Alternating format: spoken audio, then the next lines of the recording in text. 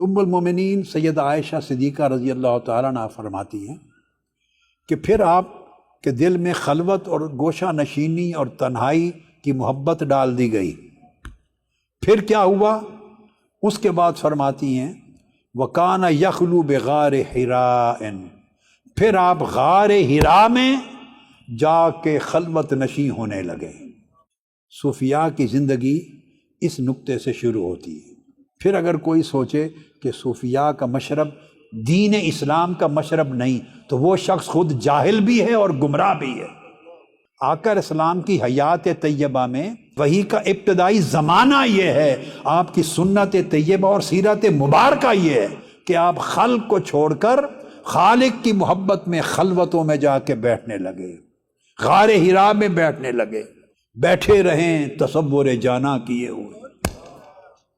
بعض لوگ تان کرتے ہیں صوفیاء کرام پر اور تصوف پر کہ یہ کون سا اسلام ہے، یہ وہ اسلام ہے جس کو قرآن کی سورہ بقرہ آیت نمبر 165 میں بیان، یہ وہ اسلام ہے۔ پوچھتے ہیں یہ کہاں کا اسلام ہے؟ یہ غار حرا کا اسلام ہے، رسول پاک کی سیرت طیبہ کا اسلام ہے۔ بدقسمتی یہ ہے کہ ہر کسی نے اپنے ایک حصے کو لے لیا ہے اور وہ اسی میں مست ہے، سمجھتا ہے یہ جو میں کہتا سوچتا ہوں یہی دین اسلام ہے، باقی ہر کوئی گمراہ ہے۔ اور اپنی مرضی سے دین اسلام کی ہر چیز کی تعبیر کرنا، اس سے وہ مفکر بنتے ہیں، اس سے اسکالر بنتے ہیں، اس سے تھنکر بنتے ہیں۔ ام المومنین سیدہ عائشہ صدیقہ رضی اللہ تعالیٰ عنہ فرماتی ہیں کہ پھر آقا علیہ السلام غار حرا میں جا کر خلوت نشینی کرنے لگے۔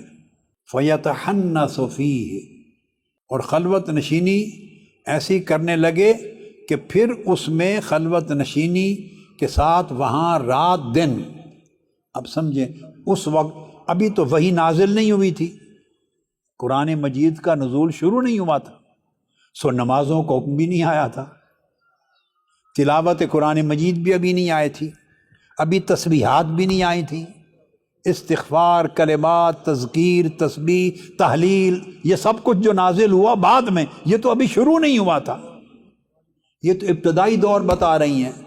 اس دور میں فیتحنث فی، وہاں جا کے عبادت کرنے لگے۔ وہ عبادت کیا تھی؟ وہ مراقبہ تھا، سر جھکا کے دل کی تنہائی میں محبوب کو ڈھونڈنے لگے اور دل کی خاموشیوں کی زبان سے محبوب حقیقی سے باتیں کرنے لگے۔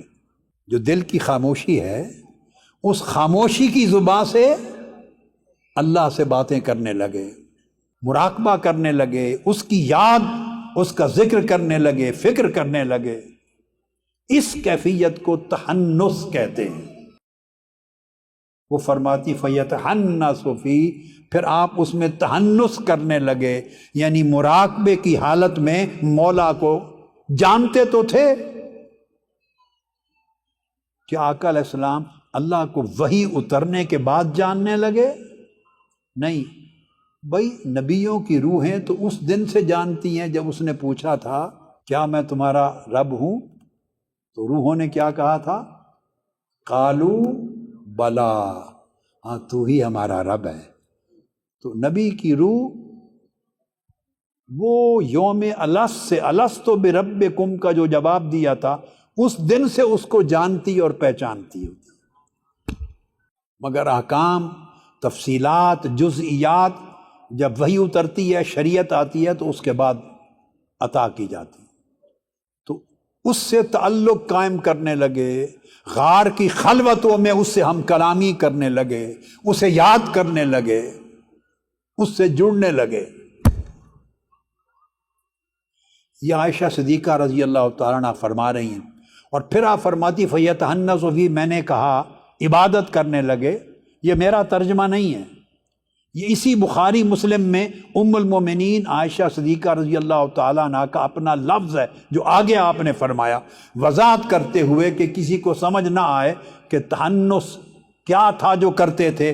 فرمایا وَهُوَ التَّعَبُّدُ اللَّيَالِي ذَوَاتِ الْعَدَدِ، آپ نے فرمایا یہ جو تحنث ہے یہ کئی رات اور کئی دن اکٹھا اس کی بارگاہ میں عبادت کرنے کا نام ہے۔ جو طریقے شریعت اسلامیہ میں ہمارے پاس آئے یہ بعد میں دیے گئے، اس وقت وہ اپنا طریقہ تھا ملت ابراہیمی کے مطابق۔ دین اسلام تو قدیم چلا آ رہا ہے نا، تو کئی دن اور کئی رات وہاں مراقبہ عبادت الہی میں گزارنے لگے۔ پھر فرماتی ہیں ذوات العدد قبل ان ينزع الى اہلہ ويتزبد لذلك ثم يرجع الى خدیجہ فيتزبد لمثلها۔ فرماتی ہیں کہ آپ حضرت خدیجہ الکبریٰ رضی اللہ تعالیٰ عنہ شادی ہو چکی تھی، آپ کی شادی کو 15 سال ہو چکے تھے، تو وہ غار حرا میں جانے کے لیے کچھ کھانے پینے کا کوئی سامان تیار کر کے دے دیتی تھی، بس وہی تھوڑے سے جو کھا لیے، کھجور کھا لی، پانی پی لیا، اس سے گزار لیے کئی دن، کبھی ہفتہ، کبھی 10 دن، کبھی 15 دن، کبھی 20 دن، کبھی مہینہ، کبھی 40 دن خلوت نشین رہتے۔ جب سامان ختم ہو جاتا پھر پلٹ کے آتے، ضروری اشیاء خورد و نوش لے کر پھر غار حرا میں جا کے خلوت نشین ہو جاتے۔ یہ آقا علیہ الصلوۃ والسلام کا معمول تھا۔ فرماتی ہیں یہاں سے وہ دور شروع ہوا، اور فرماتی ہیں کہ وہ اسی طرح اپنے معمول کے مطابق غار حرا میں خلوت گزین تھے، یہ عمل جاری تھا کہ اچانک جلوہ حق آشکار ہو گیا۔ آگے کا واقعہ آپ کو معلوم ہے۔